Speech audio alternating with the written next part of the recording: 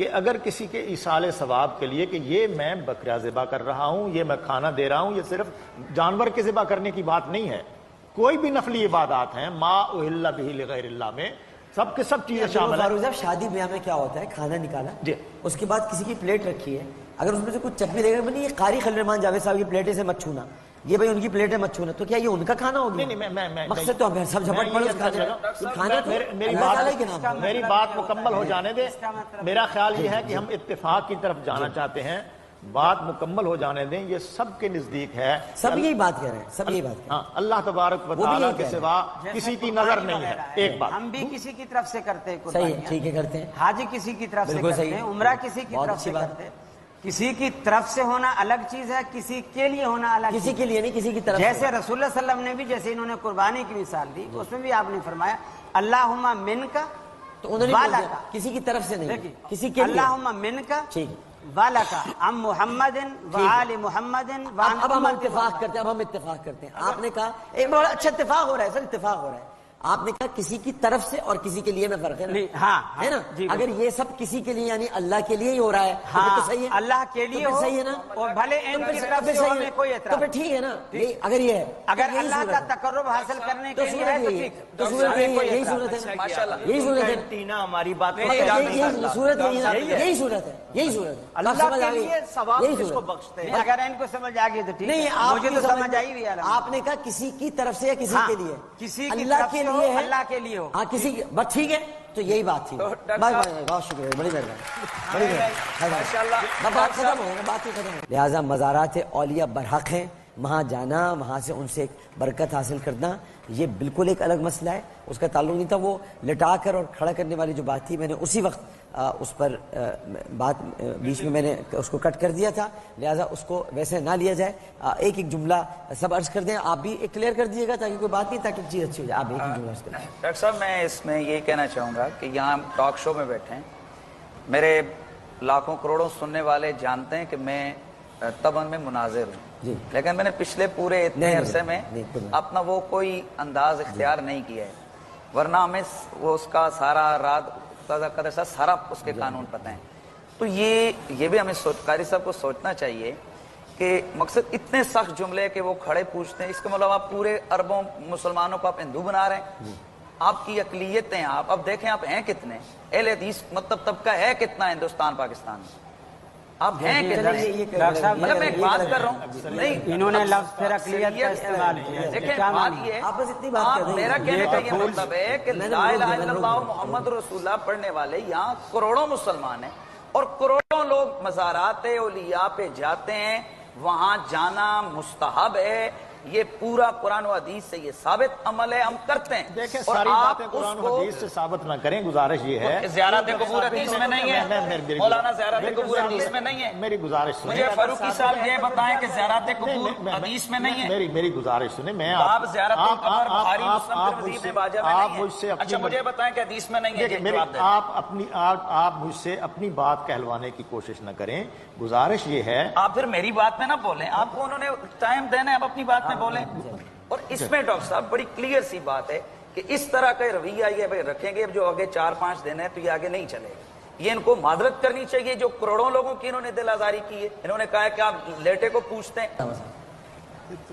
Doctor صاحب آج برداشت جواب دے گئی تھی، لیکن آپ برداشت کرتے ہیں، خاموش اس لیے رہا کہ میں یہ دیکھ رہا ہوں کروڑوں لوگ جو دیکھ رہے ہیں وہ یہ نہ سمجھیں کہ جی ہم لفظوں کا جواب دینے کی بجائے لڑ پڑتے ہیں، لیکن بلا شبہ یہ بہتان عظیم شدید تہمت انہوں نے مجھ اکیلے پر نہیں اربوں مسلمانوں پر لگائی ہے، اور ان کو اگر کوئی قد ہے مزارات سے یا صاحبان مزار سے تو اسے اپنے اندر رکھیں، ورنہ ان کی اپنی کتابوں سے بھی میں بہت کچھ دکھا سکتا ہوں۔